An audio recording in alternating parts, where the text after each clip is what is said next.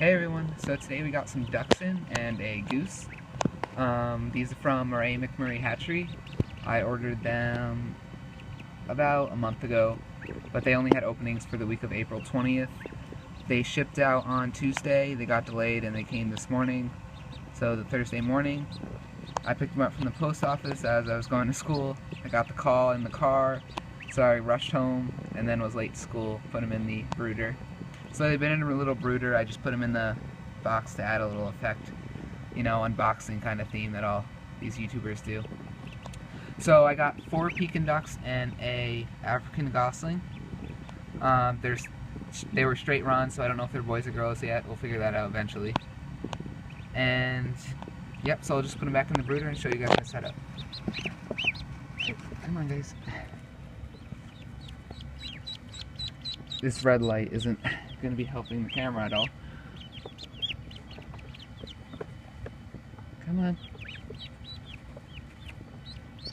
Alright, and just like to show, because I know a lot of people like to know about the hatcheries, I've used Murray McMurray before with chicks. They worked out fine. They sent a little heat pack for the ducks, and then they have the usual bed of straw. They have a insulator at the bottom. It was a little cold past night, so they might have prepared for that. And then they have a sturdy box with the slanted edges, so there's circulation if it's up against another box. And they also have the little higher spots here, so if they stack another box on top, there's air circulation throughout the box as well. So overall, nice shipping, and they all came alive, so I was very happy with that. And they also sent a Quick Chick, which is just a supplement you can put in their water, which kickstarts their stomachs. It adds electrolytes into the water and really makes the chicks a little bit healthier to start off. It's a good boost. Alright, so to the brooder. Alright, so I turned off the brooder light because I recorded the rest of the video, but then I realized you couldn't see anything because of the red light. So I'll just talk about the brooder. So it's just a $20 from Walmart Rubbermaid container. It's the big one, not the smaller ones, so it gives them a little area to run around, more exercise. And then I just have the regular heat lamp with the red heat light. They do now sell, I know in the reptile aisle at like Petco, PetSmart, they sell these like ceramic light heaters bulbs. And what they do is they don't emit light, they just emit heat. So this just allows you to shut off the light at night, and which would allow the birds to sleep more easily. So it's just like having the heat but without having the light. So you could leave the lights on in your room, but you don't have to worry about them having the light on when they're asleep, because they'll still get the heat from that kind of bulb. So you guys can look into that if you're interested in that. But I just have the regular chick starter feed. It's the one that works for all the different kinds of poultry, so waterfowl, it's the pollen grain, waterfowl, pheasants, guinea hens, stuff like that. And then I just have a blanket, which is a little wet right now, as ducks always do. Whenever that little light goes off on the thermometer, they run to it. It's kind of funny. And then I have the gallon chicken water. So with that, you just want to make sure the ducks can fully submerge their bill into the water. A lot of the smaller chick waters for chickens, they have a lot skinnier area for them to drink from. So for ducks, you really want to make sure they have enough room to dip their beak fully in, because that's how they need to drink.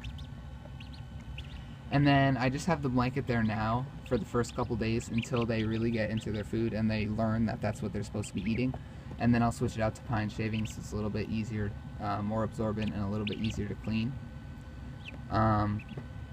So that will accustom them to eating this, and then I'll lay down the pine shavings in a few days.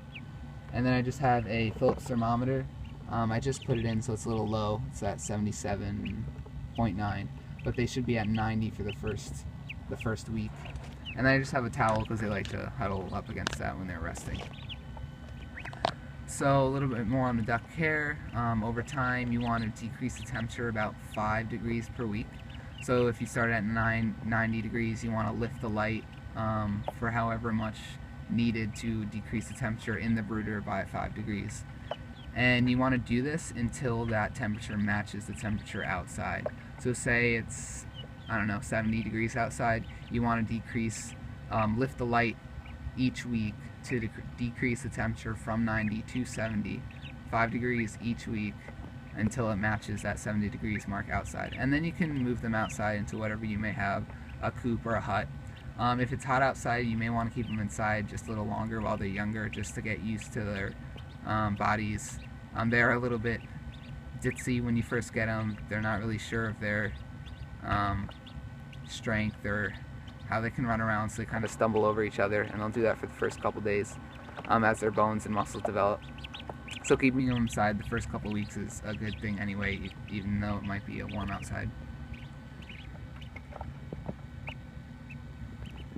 So again, just 1 African goose and 4 Pekin ducks. I think I'm going to name the African goose Bart just because it's funny, and then I don't know I'm going to name those guys yet because they all look the same, and I'm pretty sure they're going to all look the same for a good portion of their life.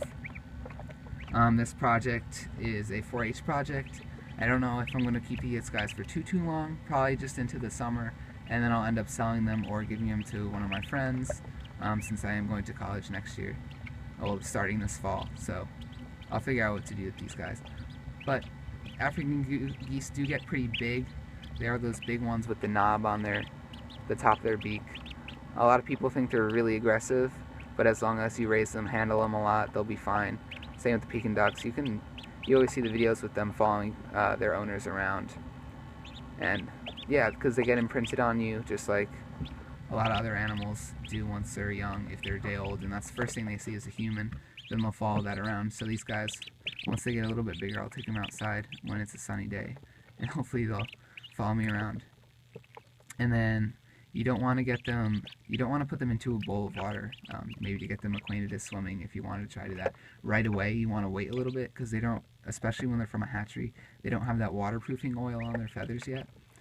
So you want to hold off for them to start to produce that. They're going to wet themselves. They're going to wet the area where they are anyway, because that's just how ducks are.